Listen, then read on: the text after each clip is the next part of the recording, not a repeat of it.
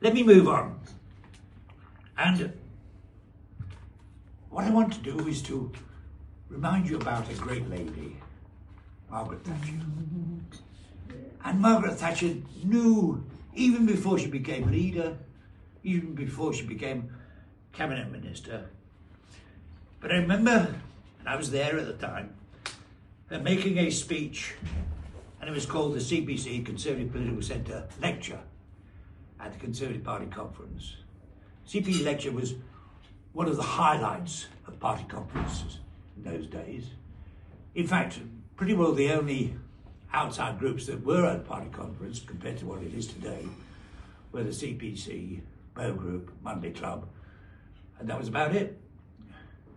So the CPC lecture used to take about an hour normally, in depth, talking about politics in depth. And I remember Margaret Thatcher doing this one. And she raised the point about the dissatisfaction with politics that runs deep both here and abroad. This is 1968, remember, but you can think like this today. People have come to doubt the future of the democratic system and its institutions. They distrust the politicians and have little faith in the future.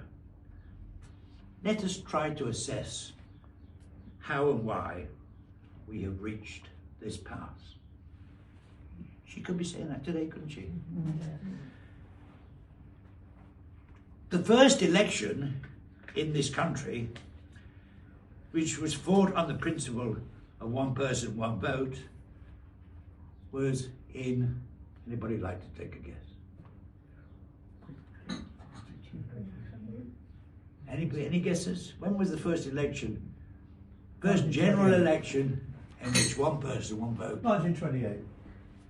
No. How about 1950? 1950, you know, 1950 was in my lifetime.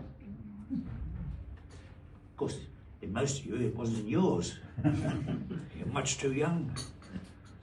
But it does come home to you when you think, hey, we've only had democracy brought in since my lifetime. It's still a relatively new concept. And as a result of one member, one vote, and what happened was this all led to a different party political structure. And there's now little room for independent members, and the controversies which formerly took place outside the parties now take place inside the parties. And yet, she said, there is and has to be room for a variety of opinions within the broad general principles on which each party is based. Not for Maggie imposing her will and imposing her stuff. She loved discussion and debate because she knew that out of this discussion and debate you could find and work your way to getting a workable, proper, sensible policy. What a contrast to that view of freedom and discussion to the authoritarian approach of the present Conservative Party. The extensive and all-pervading development of the welfare state. We now have a generation, a new generation, a complete new generation whose whole life has been lived against the background of the welfare state. These developments must have a great effect on the outlook and approach of our people. And this is perhaps the most worrying point of all. When Gordon Brown was Chancellor, his aim and object was to get a majority of people reliant on state benefit. Because if he was able to achieve that, then there'd be a majority of people, a majority of voters, who would lose out if they opposed state benefits. Well, he brought in all these provisions, allowances, benefits, all the rest of it. The Conservative Party, when it got into government, didn't do anything to reverse them. And so today, 53% of the voters are dependent on state benefits, and only 47% are taxpayers net.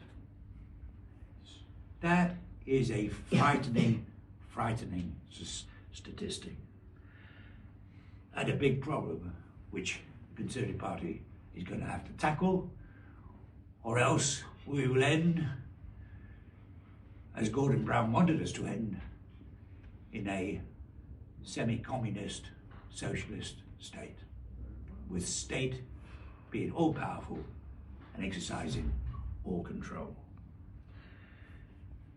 And the other thing Margaret Thatcher raised in '68 was the effects of higher education have been to equip people to criticise and question almost everything without going on to arrive at new beliefs or reaffirm old ones.